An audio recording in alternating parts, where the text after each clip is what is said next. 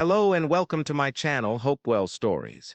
Today's video is how Millionaire CEO lived in a car for 5 years. Now he owns a car dealership.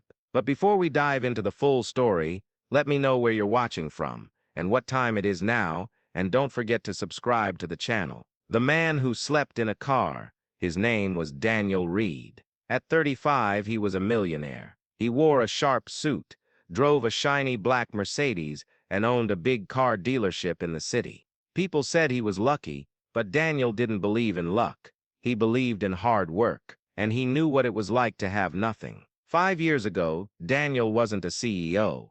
He wasn't rich. He wasn't even sleeping in a house. He was sleeping in a car, an old beat-up red Toyota with cracked windows and no heater. It all started when Daniel was 30. He had a good job at a tech company. He lived in an apartment, dated a nice girl named Sarah, and thought he was on the right path. But then the company went bankrupt. Hundreds of people lost their jobs. Daniel was one of them.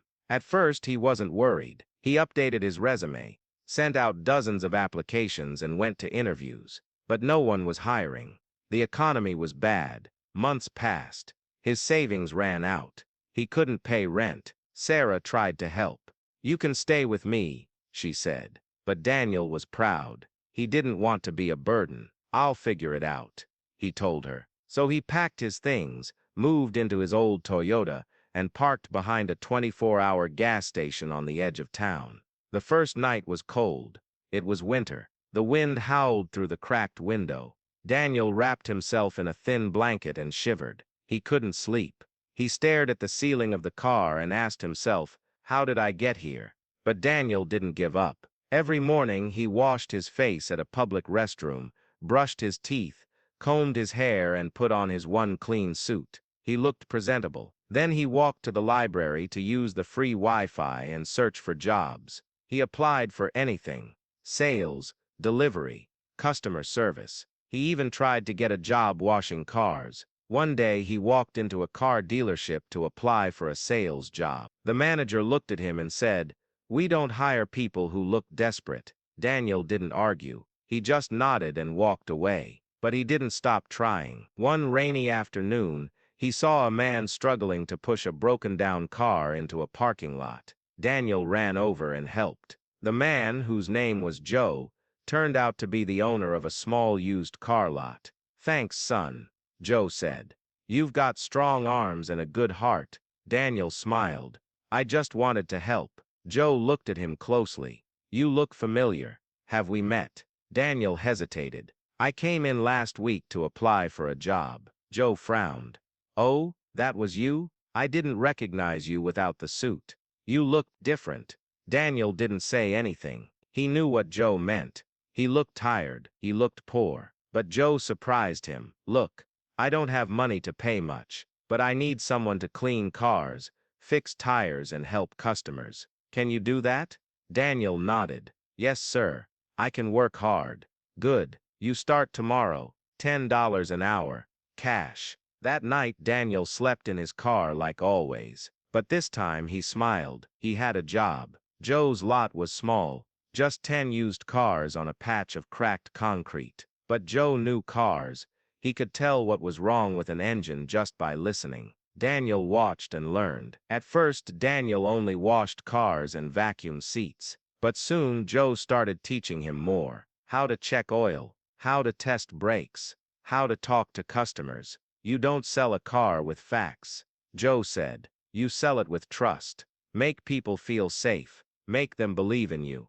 Daniel listened. He practiced. He stayed late to learn. He asked questions. He read books about engines and sales. After 6 months, Joe gave him a raise. Then he let Daniel try selling a car. The customer was a young woman named Lisa. She wanted something cheap and reliable. Daniel showed her a silver Honda. "It's not new," he said, "but it's honest. It's been checked by me. I'll even wash it for you before you drive it home." Lisa smiled. "You're different. Most salesmen just want to close the deal." Daniel shrugged. "I just want you to be happy with your car." She bought it. Joe was proud. "You've got the gift, Danny. You connect with people." Daniel felt something warm inside. For the first time in months, He felt hope, but life in the car was still hard. Winter came again. The cold made his bones ache. One morning he woke up with frost on the inside of the windows. He couldn't feel his fingers. He knew he couldn't live like this forever. So he started saving. Every dollar he earned, he kept. No eating out. No new clothes. He drank water, ate rice and beans from the dollar store, and fixed his own shoes with tape. After a year he had $5,000. He went to Joe and said, "I want to buy a car, not to sell, to live in." Joe raised an eyebrow. "You still living in that old Toyota?" Daniel nodded. Joe sighed. "Come with me." He led Daniel to an old RV parked in the back. A small camper van, dirty but solid. "This was my brother's," Joe said. "He passed last year. I haven't used it. It runs. Needs a little love. You can have it for $1,000. Daniel's eyes lit up. "Really?" Joe nodded. "But only if you promise to keep learning, and one day help someone like I helped you." Daniel shook his hand. "I promise." He bought the van, cleaned it, fixed the heater, and turned it into a tiny home. It had a bed, a small table and space to cook. It wasn't much, but it was warm. For the first time in 2 years, Daniel slept through the night. Over the next 3 years, Daniel worked harder than ever. He learned everything about cars, engines, financing, customer service. He saved every penny. He even took online business classes at the library. Daniel started trusting him with more. Soon Daniel was managing the lot, when Joe was away. Then one day, Joe called him into the office. "I'm retiring," Joe said. "Doctor says I need to slow down." Daniel was shocked. "What about the lot?" Joe smiled. "I want you to have it." Daniel froze. "But I don't have the money." Joe waved his hand. "I'll sell it to you for $1, but only if you keep my name on the sign and treat people right." Daniel couldn't believe it. "Why me?" "Because you earned it," Joe said. "You didn't just work here. You lived here. You know what it's like to need a second chance, and you gave it to others. I saw you fix a car for free for that single mom last winter.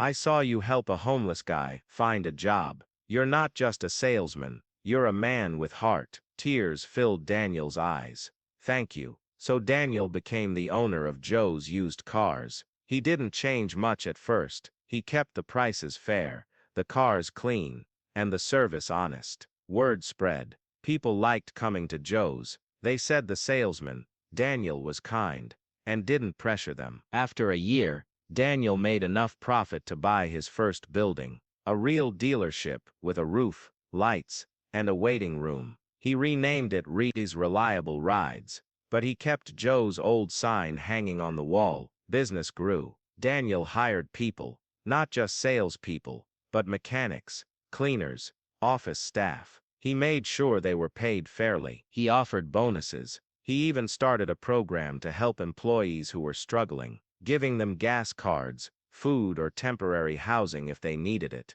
One day, a young man came in looking nervous. He was thin, wore old clothes, and kept his hands in his pockets. Daniel walked over. "Can I help you?" The man looked down. I need a job. Any job. I'll clean. I'll wash cars. I don't care." Daniel studied him. He saw himself 5 years ago. "Have you eaten today?" Daniel asked. The man shook his head. Daniel took him to a diner across the street. He bought him a burger, fries, and a Coke. "My name's Daniel," he said. "I used to sleep in a car, just like you probably are now." The man's eyes widened. "You're kidding." "Nope. I worked my way up, and I want to help you do the same." That young man's name was Marcus. Daniel gave him a job, washing cars. Over time, Marcus learned. He studied. He worked hard. 2 years later, he became a top salesman at the dealership.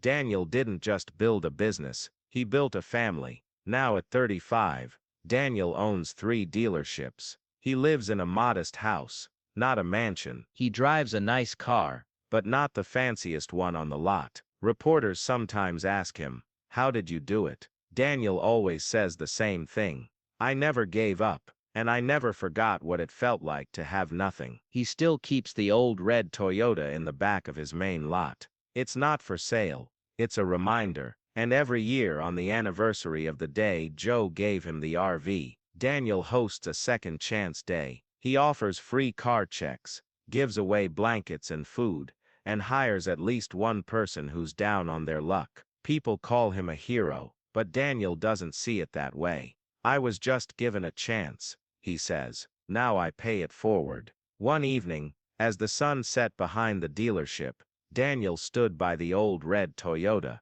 A young woman walked up, early 20s, tired eyes, backpack on her shoulder. "Are you Daniel she asked. He nodded. "I read your story online," she said. "I lost my job. I don't have a place to stay, but I'm strong. I work hard. Do you have any jobs?" Daniel smiled. He looked at the old car, then back at her. "Let me buy you dinner first," he said. "Then we'll talk about the future." And just like that, another story began. The end. Moral of the story: no matter how hard life gets, never give up. Kindness, hard work, and second chances can change everything. Not just for you, but for others too. Success isn't just about money, it's about what you do with it.